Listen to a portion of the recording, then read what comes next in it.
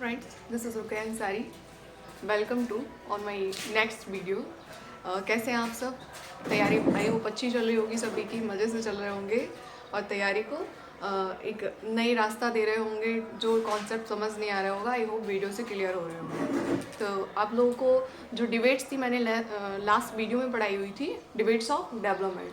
तो अब हम नेक्स्ट अपने टॉपिक पर आते हैं। नेक्स्ट टॉपिक है हमारा डेविएशन इन डेवलपमेंट। ये एक छोटा सा टॉपिक है, डेविएशंस इन डेवलपमेंट। ठीक है, विचलन क्या होते हैं, विकास में विचलन क्या होते हैं, बाधाएं क्या होती है, उसको हम जानते हैं डेविएशन के नाम से। विकास में विचलन, ठीक है। तो जो बाधाएं आती हैं आनुवंशिकता, वातावरण से आती हैं। बच्चे के विकास में कुछ बाधाएं, मतलब अगर जीन्स ठीक से प्राप्त नहीं हुए, आनुवंशिक रूप से बच्चे में कोई बीमारी उत्पन्न हो गई, तो ये उसके विकास के लिए क्या हो जाती है, बाधा होती है। आनुवंशिकता व वातावरण, ठीक है। विचलन का मतलब होता है बाधाएं जो हमारे कह सकते हो विकास में पड़ती हैं, विकास में डालती हैं, ठीक है। तो जो हम कह सकते हैं ग्राफ बनता है विचलन में, अगर डेवलपमेंट कह सकते हो अच्छा हुआ, इन्वायरमेंट अच्छा मिला, हेरिडिटी अच्छी हुई, तो जो हमारा ग्राफ होगा वो क्या होगा, बढ़ेगा। लेकिन अगर उसमें बाधाएं आ गई तो क्या होगा, ग्राफ नीचे की ओर आएगा। तो वही कहलाते हैं हमारे विचलन, ठीक है। डेविएशन कहते हैं जिसको। यदि बच्चे का विकास अच्छा हुआ तो बच्चे के विकास में क्या होगा, ग्राफ ऊपर को बढ़ेगा। अगर बच्चे का विकास जो है ठीक ढंग से नहीं हुआ, से पोषण अच्छा ना मिला, तो बच्चे का ग्राफ कैसा होगा, नीचे आएगा। पोषण अच्छा मिल गया तो ग्राफ ऊपर जाएगा। तो ये कहलाते हैं डेविएशन, ठीक है। अगर विकास अच्छा हुआ तो ग्राफ बढ़ेगा, विकास अच्छा नहीं हुआ तो ग्राफ घटेगा, ठीक है। तो कौन कौन सी बाधाएं होती हैं, आनुवंशिकता, वातावरण, हेरिडिटी। अगर कह सकते हो बच्चे को जन्मजात कोई रोग हो गया तो बच्चे का डेवलपमेंट क्या होगा, विकसित नहीं होगा बच्चा अच्छे ढंग से। बच्चे को वातावरण अच्छा नहीं मिला, खाने पीने की जो व्यवस्था है वो ठीक ढंग से बच्चे के प्रति ना हुई, तो बच्चा विकसित नहीं हो पाएगा, ठीक है। अनुचित स्वास्थ्य, बच्चे का स्वास्थ्य ठीक नहीं है तो बच्चा उस ढंग से विकसित नहीं हो पाएगा जितना उसे होना था, ठीक है। कह सकते हो अपर्याप्त पोषण, ठीक है। बच्चे को अगर पोषण ठीक ढंग से नहीं मिल रहा है, बच्चे की जितनी नीड है खाने की उस हिसाब से उसे खाना नहीं मिल रहा है, तो बच्चे को उसका जो वृद्धि होगी, ग्रोथ होगा, डेवलपमेंट होगा, वो ठीक ढंग से नहीं हो पाएगा। उसको पोषण अच्छा नहीं मिल रहा है भैया, पूरे 24 घंटे में उसे सिर्फ एक टाइम खाने को मिल रहा है, वो भी पौष्टिक आहार नहीं है, तो क्या बच्चा उस ढंग से विकसित हो पाएगा, क्या बच्चा उस ढंग से अपने आप को पोषित कर पाएगा। तो अपर्याप्त पोषण बच्चे के विकास और वृद्धि में बाधा डालेगा, ठीक है। नेक्स्ट है सीखने के अवसर में कमी, सीखने के अवसर में कमी। बच्चे को सीखने की अगर अपॉर्चुनिटी ठीक ढंग से नहीं मिल पाती है, उसे ठीक ढंग से अवसर नहीं मिल पाते हैं सीखने के, तो बच्चे के विकास में बाधा होगा। यदि उसे मार्गदर्शन की कमी है, गाइडेंस की कमी है, तो बच्चा विकास ठीक ढंग से नहीं कर पाएगा। तो इस तरह से हमारा विकास में विचलन था। हमने बहुत इजी वे में जाना है इसको, बहुत छोटा सा टॉपिक है।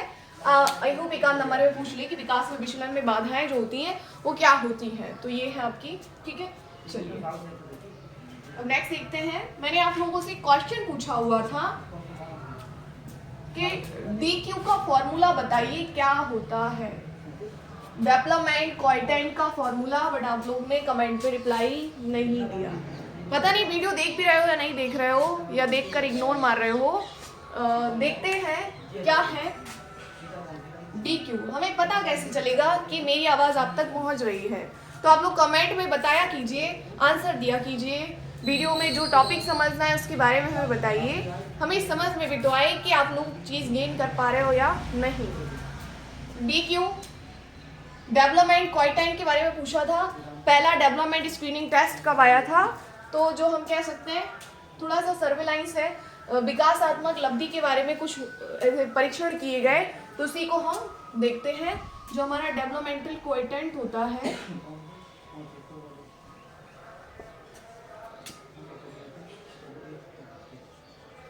Equal development is upon chronological age into 100। D Q बराबर डेवलपमेंट एज विकासात्मक आयु बटे वास्तविक आयु इंटू 100। विकासात्मक आयु अपॉन वास्तविक आयु इंटू 100। ये होता है हमारा विकासात्मक लब्धि का फॉर्मूला। ठीक, विकासात्मक लब्धि बराबर विकासात्मक आयु बटे वास्तविक आयु इंटू 100।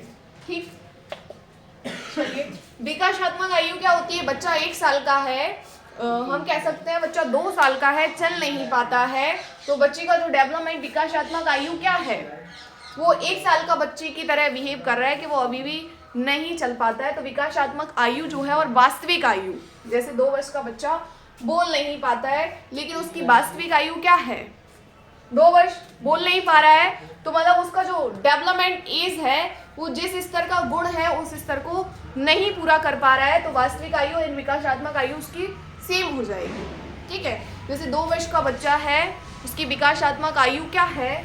बच्चा 2 वर्ष में विकसित हो रहा है, तो यहाँ विकासात्मक आयु भी 2 वर्ष होगी, बच्चा बोल पा रहा है, अपॉन वास्तविक आयु जो उसकी रियल एज है।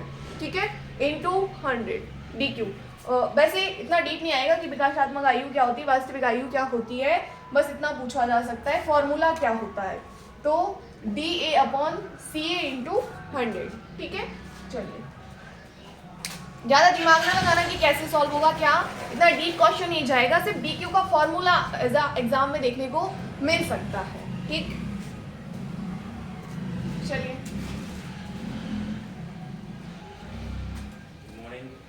नेक्स्ट है हमारा DDST परीक्षण किए गए हैं, कुछ डेवलपमेंट के लिए परीक्षण किए गए हैं जिसको हम जानते हैं डेनवर डेवलपमेंट स्क्रीनिंग टेस्ट के नाम से जानते हैं, जो हम कह सकते हैं विकास के परीक्षण के लिए बच्चे का विकास किस हिसाब से हो रहा है, कितना विकसित हो रहा है बच्चा, उसके परीक्षण के लिए कुछ टेस्ट विकसित किए गए हैं जिसको हम जानते हैं DDST के नाम से। ये परीक्षण विकसित किया था डेनवर डेवलपमेंट स्क्रीनिंग टेस्ट किसके द्वारा विकसित किया गया था? डेनवर के द्वारा। Denver development screening test DDST विकसित किया गया था सन 1967 में। ठीक है, बच्चे के विकास के परीक्षण के लिए। नेक्स्ट है हमारा इसी का संशोधित जो परीक्षण आया वो आया था 1992 में, संशोधित होकर DDST सेकेंड के रूप में विकसित हुआ था। ठीक है, 1992 में इसको सेकेंड संशोधित करके ये परीक्षण आया हुआ था। भारत के भी कुछ परीक्षण हैं विकास को लेकर। एक है आपका फाटक्स बड़ौदा स्क्रीनिंग टेस्ट, जिसको हम जानते हैं PBST के नाम से। ठीक, भारत का है संस्करण जो विकासात्मक परीक्षण है। नेक्स्ट है हमारा त्रिवेंद्रम डेवलपमेंट स्क्रीनिंग चार्ट,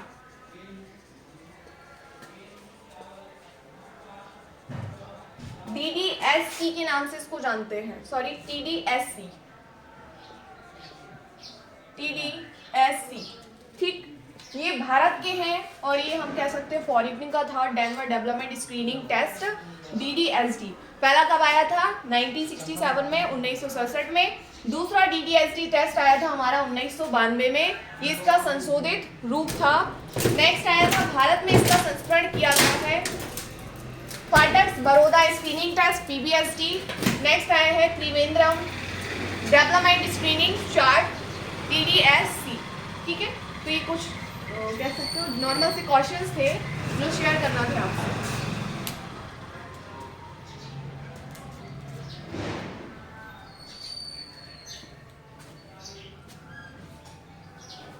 चलिए आप देखते हैं मेन टॉपिक जो हमारा है, जो नॉर्मल से क्वेश्चंस थे जो आपसे शेयर करना थे। मेन टॉपिक है हमारा domains of development. Domains of development,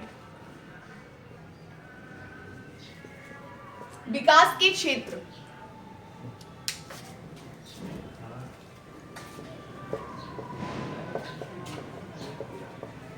विकास के क्षेत्र, ठीक, डोमेन्स ऑफ डेवलपमेंट।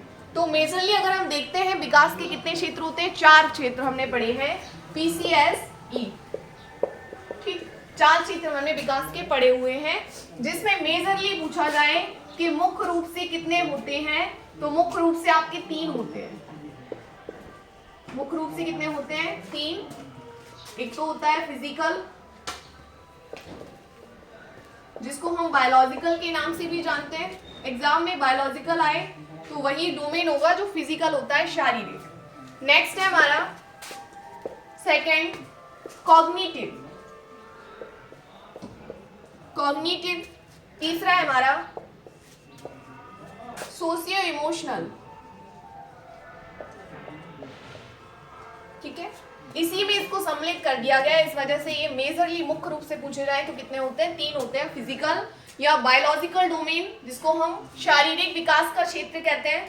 दूसरा होता है कॉग्निटिव, मानसिक विकास का क्षेत्र। नेक्स्ट होता है हमारा सोशियो इमोशनल, सामाजिक या सांस्कृतिक, सामाजिक या सामूहिक विकास का क्षेत्र। तो मुख्य रूप से कितने होते हैं, 3। अगर ये क्वेश्चन में ना मिले तो PCS के रूप में इनको देख लेना, ठीक।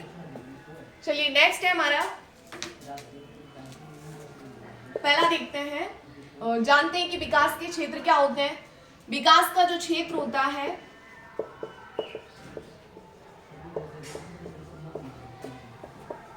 अलग अलग होते हैं। विकास के क्षेत्र अलग अलग होते हैं, ऐसा नहीं है एक ही रूप में हो, अलग अलग डिवाइडेड किए गए हैं। जो विकास का क्षेत्र है, एक P है, एक C है, एक S है और एक E है। Physical, cognitive, social and emotional. दूसरा पॉइंट है कि ये एक दूसरे को प्रभावित करते हैं, एक दूसरे को प्रभावित करते हैं। जैसे पेडागोगिकल क्वेश्चन है, क्या ये एक दूसरे को प्रभावित करते हैं? ऑब्वियस सी बात है, एक दूसरे को प्रभावित करते हैं कि यदि शारीरिक विकास अच्छा नहीं होता है तो व्यक्ति का मानसिक विकास अच्छा नहीं होगा। ये एक दूसरे को इफेक्ट डालते हैं। मानसिक विकास अच्छा नहीं होगा तो सामाजिक विकास ऑब्वियस सी बात है इफेक्टेड होगा, प्रभावित होगा, ठीक है। बच्चा समाज में उतना योगदान नहीं दे पाएगा, तो ये एक दूसरे को प्रभावित करते हैं। ये एक दूसरे से अंतः संबंधित होते हैं, इंटर रिलेटेड होते हैं, एक दूसरे से अंतः संबंधित होते हैं, ठीक। एक दूसरे से इंटर रिलेटेड होते हैं, ठीक। नेक्स्ट है ये एकीकृत होते हैं। एकीकृत का मीन्स ये मत जान लेना कि ये जो होते हैं एक ही पक्ष होता है, बाकी पक्ष नहीं होते हैं। ये एक दूसरे से कैसे होते हैं, इंटीग्रेटेड होते हैं, एकीकृत होते हैं, एक दूसरे को प्रभावित करते हैं। मतलब डेवलपमेंट जो है ये सारे डेवलपमेंट के ही पार्ट है। PCSE ये क्या है, इसका मीन्स है एकीकृत होते हैं, एक दूसरे से संबंधित होते हैं। जैसे EBS है ना, EBS जो होता है पर्यावरण, उसमें हम लोग हिस्ट्री भी पढ़ते हैं, ज्योग्राफी भी पढ़ते हैं, इकोनॉमिक्स भी पढ़ते हैं, पॉलिटिकल साइंस भी पढ़ते हैं। तो लेकिन हम एक सब्जेक्ट को क्या जानते हैं, EBS के नाम से जानते हैं। उसी तरह से जो विकास है ये एकीकृत होता है, शारीरिक, मानसिक, नैतिक, सामाजिक, संवेगात्मक, इस तरह से ये एकीकृत होता है, इंटीग्रेटेड होता है, ठीक। चलिए ये तो हुआ कॉमन हमारे पॉइंट। नेक्स्ट देखते हैं,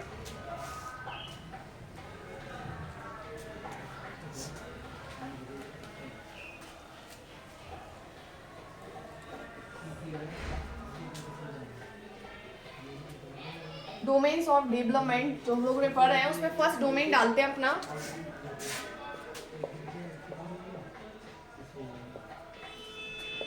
डोमेन्स ऑफ डेवलपमेंट। जो हमारा फर्स्ट डोमेन है फिजिकल डोमेन,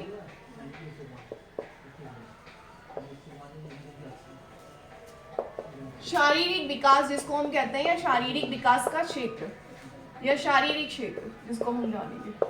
फिजिकल डोमेन। ठीक है, तो ये होता है हमारा, हम कह सकते हैं हमारा वजन बढ़ना क्या है, शारीरिक विकास में जाएगा। लंबाई बढ़ना, ठीक है, ये सब क्या है, शारीरिक विकास का क्षेत्र है। एक बच्चा जो है बचपन में जब वो जन्म लेता है 20 इंच का होता है, आज वो 5 फीट का हो गया है। आज हम कह सकते हैं उसकी लंबाई बढ़ी, हाइट बढ़ी। बचपन में कह सकते हैं एक बच्चे का जो मस्तिष्क होता है 350 ग्राम होता है, अभी कितना है 1350 या 1450 ग्राम। तो ये क्या है, शारीरिक विकास हुआ, डेवलप हुए हम। स्नायु मंडल, हमारा नर्वस सिस्टम बढ़ना, ये सब किस में जाएगा, शारीरिक विकास में।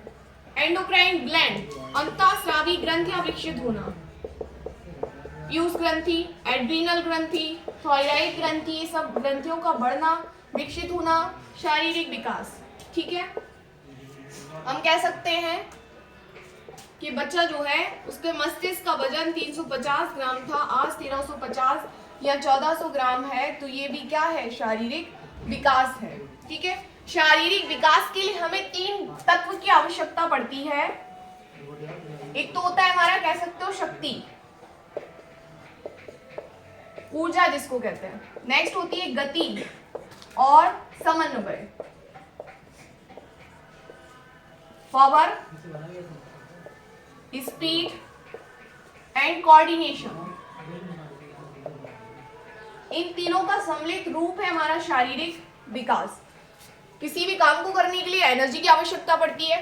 गति से काम करना, ऐसा नहीं है कि आज काम करा, परसों छोड़ दिया, परसों किया, फिर 2 दिन के बाद रेस्ट करके हम बोल रहे हैं शब्दों को। फिजिकल डेवलपमेंट जो होता है स्पीड के साथ होता है। गति की आवश्यकता पड़ती है, पावर की आवश्यकता पड़ती है मांसपेशियों को विकसित करने में। मांसपेशियां जो विकसित होती हैं, हम कह सकते हैं जो हम यूज कर रहे हैं, पावर लग रही है इनको करने में, मसल्स को मूव करने में, तो पावर की आवश्यकता पड़ती है। कोऑर्डिनेशन, समन्वय की आवश्यकता पड़ती है।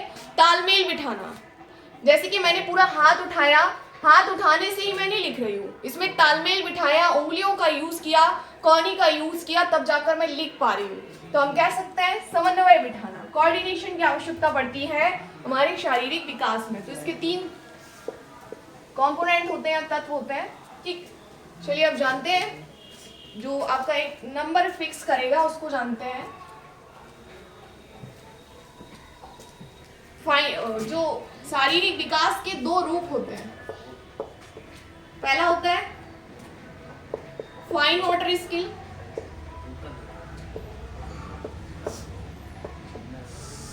दूसरा होता है ग्रॉस मोटर स्किल।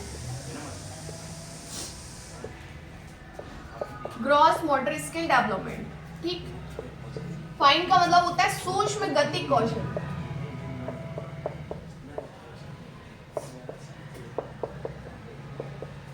और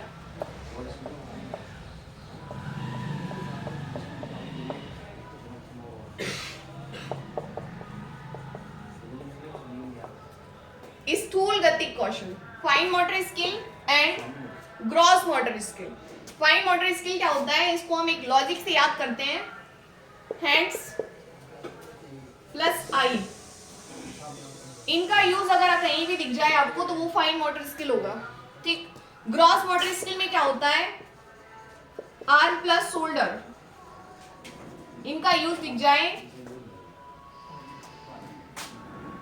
आर्म एंड शोल्डर एक ही चीज होती है, आर्म एंड लेग्स, कंधे और लेग्स, पैर का यूज दिख जाए, वो होता है हमारा ग्रॉस मोटर स्किल। इसमें जो होता है मांसपेशियों का कम यूज होता है, जो हमारी मसल्स यूज होती हैं उनका बहुत कम यूज होता है। ठीक है, कम प्रयोग, और इसमें मांसपेशियों का अधिक प्रयोग होता है। इस लॉजिक को याद रखना, क्वेश्चन आंख बंद करके सॉल्व कर लोगे। मांसपेशियों का अधिक प्रयोग। ठीक, जैसे कि हम कह सकते हैं लिखना, मांसपेशियां कम यूज हो रही हैं। ठीक है, पढ़ना, मांसपेशियां कम यूज हो रही हैं। ठीक है, बोलना, मांसपेशियां कम यूज हो रही हैं, किसी एक पार्ट का विकास हो रहा है। ठीक है, पेंटिंग, ड्राइंग, हम कह सकते हो निटिंग, कढ़ाई, बुनाई, ये सब में हमारी कुछ हैंड्स का यूज हो रहा है और आईज का यूज हो रहा है। तो ये कहलाएंगे हमारे फाइन मोटर स्किल डेवलपमेंट। कढ़ाई, बुनाई, पेंटिंग, ठीक है, ये सारी चीजें एटसेट्रा, बहुत सारे एग्जाम्पल मैंने बोले हैं, बस आप लोग इससे याद रखना, हैंड्स प्लस आई, ठीक है। नेक्स्ट है ग्रॉस मोटर स्किल, स्थूल गति कौशल, जिसमें मांसपेशियों का अधिक प्रयोग होता है, जैसे कि तैरना, दौड़ना, उछलना, इन सब में क्या है हमारा, कह सकते हो ग्रॉस मोटर स्किल हमारा जो है स्थूल गति कौशल विकसित हो रहा है, ठीक है। अगर मैंने क्वेश्चन किया कि भैया आप एक पैर पर खड़े हो जाइए, तो एक पैर पर खड़े होना कौन सा होगा, फाइन होगा, ग्रॉस होगा, मांसपेशियों का कम यूज हो रहा है। लेकिन हम कह सकते हैं हम लेग से देखेंगे, एक पैर पर खड़े हो चाहे दो पैर पर खड़े हो, बॉडी पूरी हमारी कह सकते हो प्रेशर है पूरा बॉडी पर, तो ये ग्रॉस मोटर स्किल होगा, ठीक। चलिए, ये हमारा डेवलपमेंट जो एक डोमेन है वो कंप्लीट हुआ, फिजिकल डोमेन, ये इससे एक नंबर पक्का होगा आपका।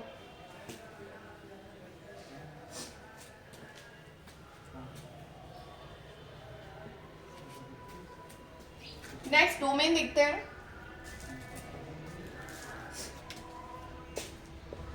कॉग्निटिव,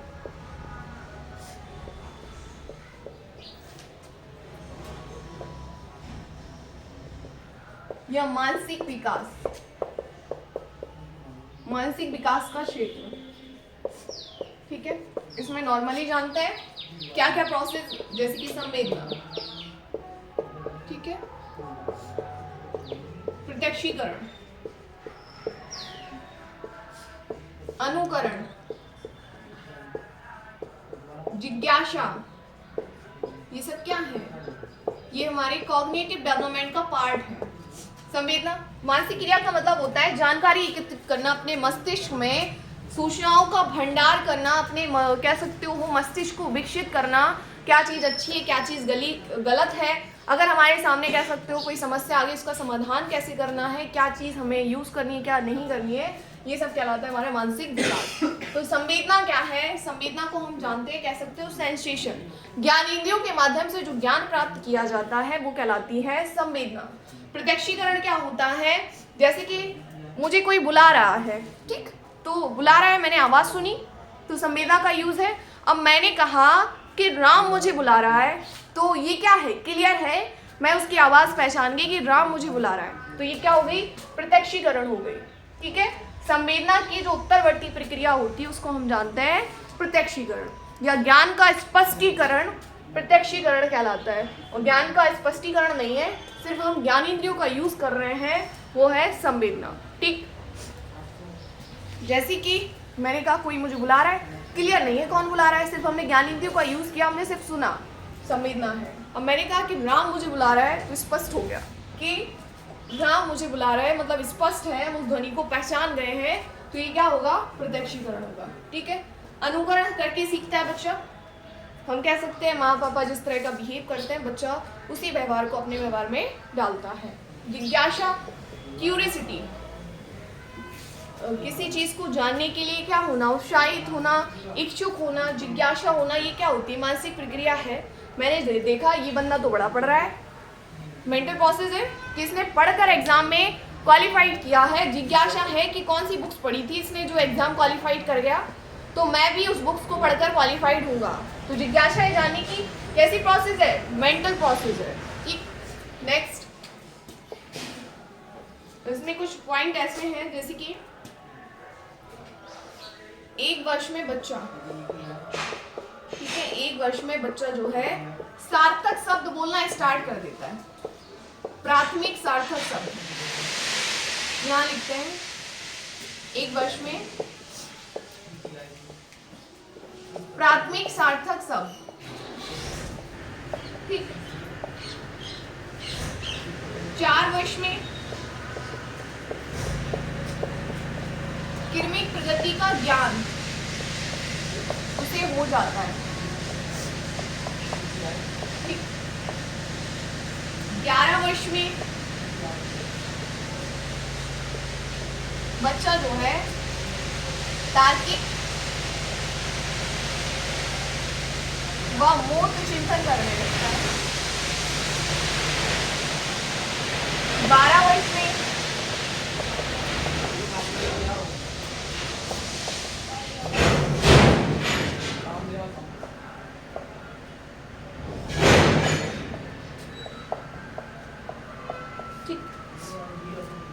प्रोसेस है, बच्चा जो है प्राथमिक सार्थक शब्द बोलने लगता है, जैसे मामा, पानी, 2 शब्दों को मिलाकर बोलना बच्चा स्टार्ट कर देता है। क्वेश्चन बन सकता है कि प्राथमिक सार्थक शब्द बच्चा किस एज में बोलना स्टार्ट कर देता है, तो 1 वर्ष में। दूसरा है 4 वर्ष में बच्चे को कृमिक प्रकृति का ज्ञान हो जाता है, बच्चे को बड़ी चीज छोटी चीज असेंडिंग डिसेंडिंग ऑर्डर में बच्चा व्यवस्थित कर लेता है। ठीक है, उससे कहो बेटा इसे व्यवस्थित करके दिखाओ, तो बच्चा व्यवस्थित कर लेगा कौन सी चीज जो बड़ी है कौन सी छोटी है, उसे कृमिक प्रकृति का ज्ञान हो जाता है। 11 वर्ष में बच्चा तार्किक व मूल चिंतन करना स्टार्ट कर देता है, चीजों को देखकर चिंतन करना और तर्क वितर्क करके चिंतन करना स्टार्ट कर देता है। इंपॉर्टेंट क्वेश्चन है ये। 12 वर्ष में बच्चा जो है किसी समस्या का अगर उसके सामने आ जाती है तो उसके अंदर समाधान करने की योग्यता विकसित हो जाती है। ठीक है, तो मानसिक विकास में कुछ ज्यादा नहीं था, इस तरह का क्वेश्चन बन सकता है। निम्नलिखित में से कौन सी प्रक्रिया मानसिक विकास से संबंधित है? ऑप्शन रख देगा संवेदना संबंधित नहीं है, संवेदना, प्रत्यक्षीकरण, अनुकरण, वजन बढ़ना। तो वजन बढ़ना क्या होगा? शारीरिक विकास होगा, ना कि मानसिक विकास। इस तरह के क्वेश्चन आपको एग्जाम में देखने को मिल सकते हैं। ठीक, ये समझ आया होगा। अब नेक्स्ट डोमेन देखते हैं अपना।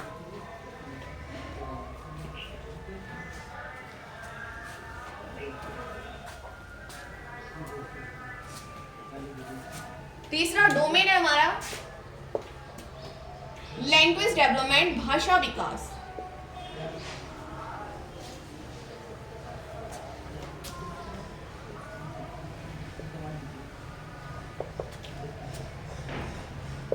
भाषा विकास, ठीक, भाषा विकास। भाषा विकास क्या होता है? बच्चा जो होता है जन्म से ही कह सकते हो उसमें भाषा बोलने की तो योग्यता होती नहीं है, बच्चा इन्वायरमेंट में आता है फिर अपनी भाषा बोलना स्टार्ट करता है। तो लेकिन सबसे पहले जो हम कह सकते हैं उत्तेजना होती है वो क्या होती है? क्वीन, क्राइंग,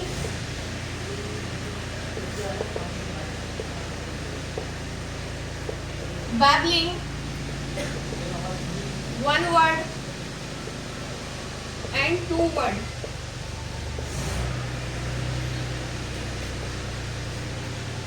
इसी को हम टेलीग्राफिक स्पीच भी कहते हैं।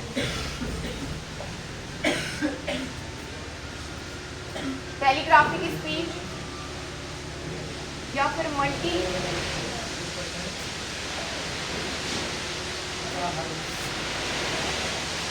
Word stage. क्वीन क्या होता है? बच्चा जन्म से जब वो रोता है तो ये जन्म से क्वीन पहले जाएगा, क्राइंग बाद जाएगा, गलत लिख दिया मैंने।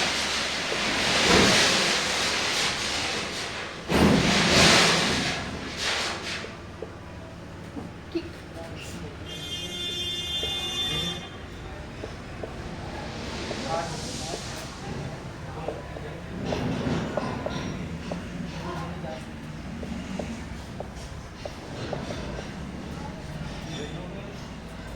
हमारी कह सकते हो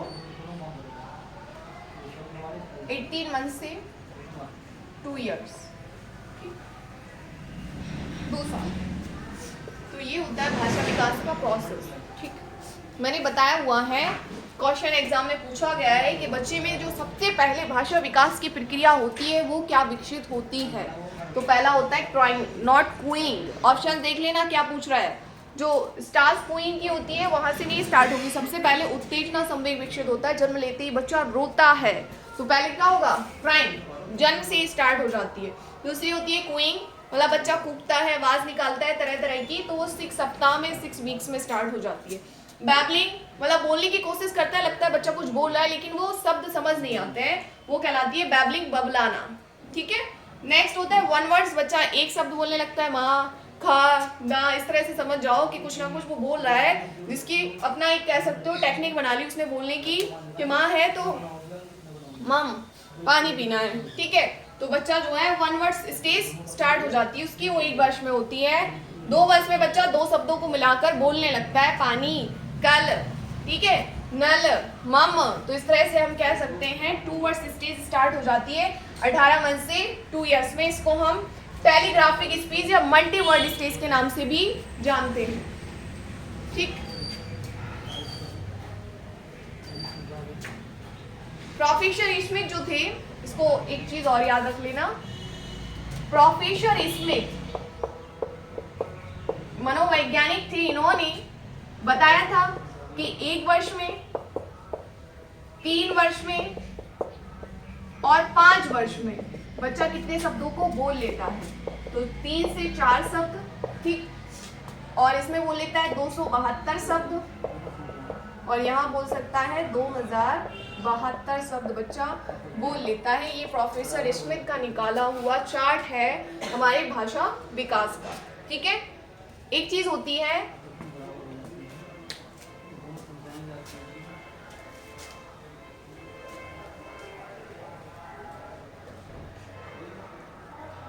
एक चीज बताई गई है, स्वनिम,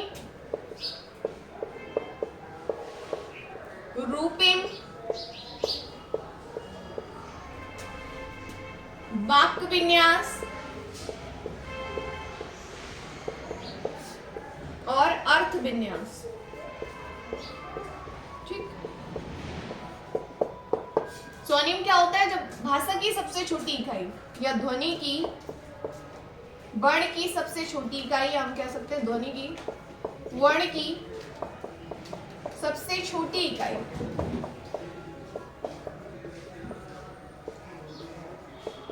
ठीक है, क्या कहलाती है? स्वनिम कहलाती है। जैसे कि का, ला, पा, ठीक है।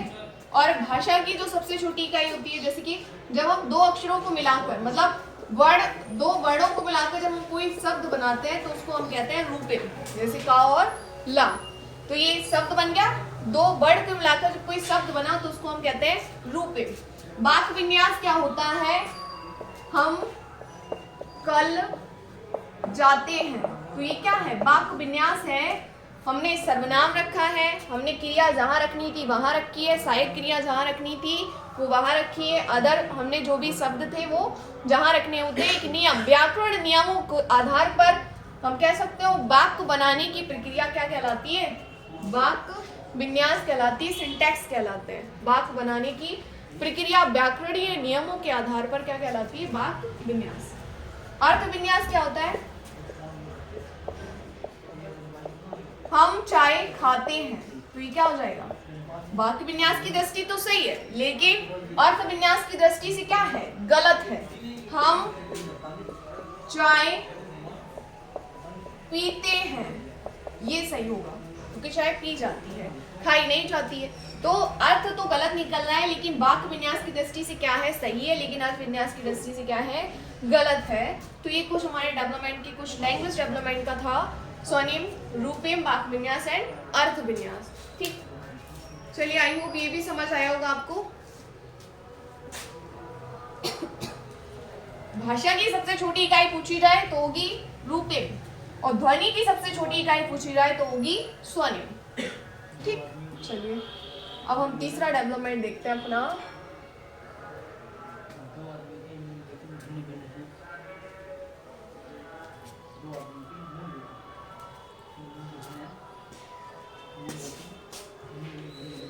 तीसरा देखते हैं, डोमेन का मतलब क्षेत्र होता है बेटा। मेघा मैडम ने इंग्लिश में लिख दिया, पता नहीं क्या पढ़ा रही हैं। डोमेन, डोमेन का मतलब होता है क्षेत्र, विकास के क्षेत्र, ठीक। तीसरा हो गया है, चौथा देखते हैं डोमेन, संवेगात्मक विकास। संवेगात्मक विकास, इमोशनल डेवलपमेंट।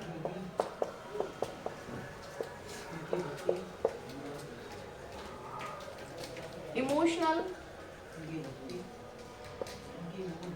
डेवलपमेंट, ठीक। इमोशनल डेवलपमेंट क्या होता है? जैसे कि भय, क्रोध, प्रेम, ये सब क्या है? संवेग है। संवेग, इमोशन शब्द जो है वो लैटिन भाषा के इमोवियर शब्द से बना है, जिसका अर्थ होता है उत्तेजना। व्यक्ति उत्तेजित होते हैं, उसका व्यवहार उत्तेजित हो जाए, उसको क्या कहते हैं? संवेग। जैसे खुश होते हैं ना तो पूरे उत्तेजित हो जाते हैं, जब हंसते हैं, जब रोते हैं तो भी उत्तेजित होते हैं। तो हम कह सकते हैं हमारा शरीर जो है एक विशेष प्रकार की प्रतिक्रिया करता है संवेग के साथ। तो गुस्सा आता है तो अलग उत्तेजना होती है, क्रोध आता है, प्रेम आता है, तो शरीर क्या होता है? उत्तेजित होता है। उसको हम किस नाम से जानते हैं? संवेग के नाम से। ठीक है, एक डेफिनेशन है मोस्ट फेमस रॉस की। संवेग व्यक्ति की उत्तेजित दशा है। ठीक है, संवेग व्यक्ति की उत्तेजित दशा है। नेक्स्ट डेफिनेशन है वुडवर्ड की। संवेग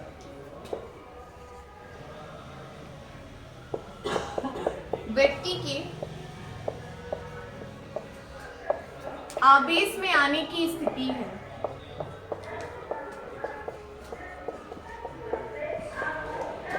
ठीक, अच्छा ये जो मैंने लिखे हुए हैं ये भी रॉस ने दिए थे। संवेग भय, क्रोध एंड प्रेम। संवेग व्यक्ति के आवेश में आने की स्थिति है, ये कहा है आपका वुडवर्ड ने। संवेग की कुछ विशेषताएं देखते हैं। संवेग की जन्मजात होते हैं। ठीक है, दूसरा है सार्वभौमिक होते हैं। तीसरा इंपॉर्टेंट पॉइंट है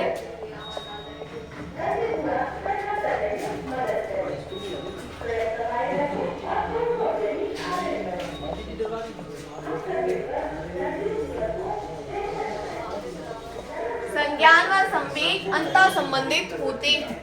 संवेग कैसे होते हैं? जन्मजात होते हैं, ये हम कह सकते हैं। जन्म से हमारी कह सकते हो पाए जाते हैं। बच्चा जन्म लेता है तुरंत रोने लगता है, तो कैसा हुआ? जन्मजात होते हैं, कोई सिखाता नहीं है, जन्मजात ही आते हैं।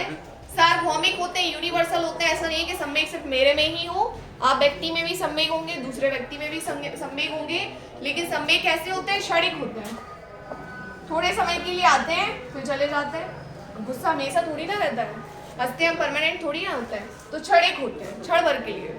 संज्ञान और संवेग एक दूसरे से अंतः संबंधित होते हैं। जो संवेग और संज्ञान मोस्ट इंपॉर्टेंट है, ये संज्ञान और संवेग एक दूसरे से अंतः संबंधित होते हैं। Emotion and cognition. ठीक है, संवेग से हमारी संज्ञानात्मक प्रक्रिया इफेक्टेड होती है, तो एक दूसरे से अंतः संबंधित होते हैं। लास्ट देखते हैं अपना डोमेन, पांचवा है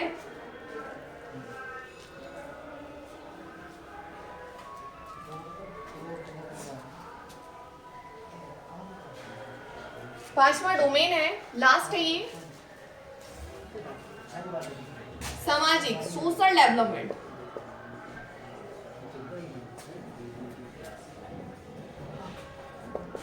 सामाजिक विकास। ठीक, सोशल डेवलपमेंट क्या होता है? हम कह सकते हैं समाज में अपने आप को ढालने की प्रक्रिया या समाज के अकॉर्डिंग चलने की प्रक्रिया क्या कहलाती है? सामाजिक विकास कहलाती है। जैसे विद्यालय है, हमें प्रभावित करता है। ठीक है, विद्यालय क्या एक सामाजिक फैक्टर है, हमें सिखाता है किस तरह हमें अनुशासन में रहना है, किस तरह पढ़ना है, लिखना है, किस तरह हमें शिक्षा को ग्रहण करना है, किस तरह हमें अच्छी चीजों को करना है, नैतिकता सीखनी है। ये सब हमें कौन सिखाता है? विद्यालय, समाज का फैक्टर है। तो समाज की जो प्रक्रिया होती है जन्म से ही स्टार्ट हो जाती है और कब तक चलती है? जीवन पर्यंत। सामाजिक विकास की प्रक्रिया कब से स्टार्ट होती है? जन्म से कब तक चलती है? जीवन पर्यंत चलती है। जीवन पर्यंत व्यक्ति प्रभावित होता है। तीव्रता पूछी जाए कि सामाजिक विकास तीव्र कब होता है, तो होगा बाल्यावस्था में। ठीक, 1 वर्ष का बच्चा परिवार से पूरी तरह इन्वॉल्व हो जाता है। हम कहते हैं कि जन्म से इन्वॉल्व होता होगा, तो नहीं, बच्चा जो है 1 वर्ष में परिवार से इन्वॉल्व हो पाता है, जुड़ पाता है। वरना इससे पहले उसे चाचा दादा दादी से कोई मतलब नहीं होता, उसे सिर्फ अपनी माँ से मतलब होता है।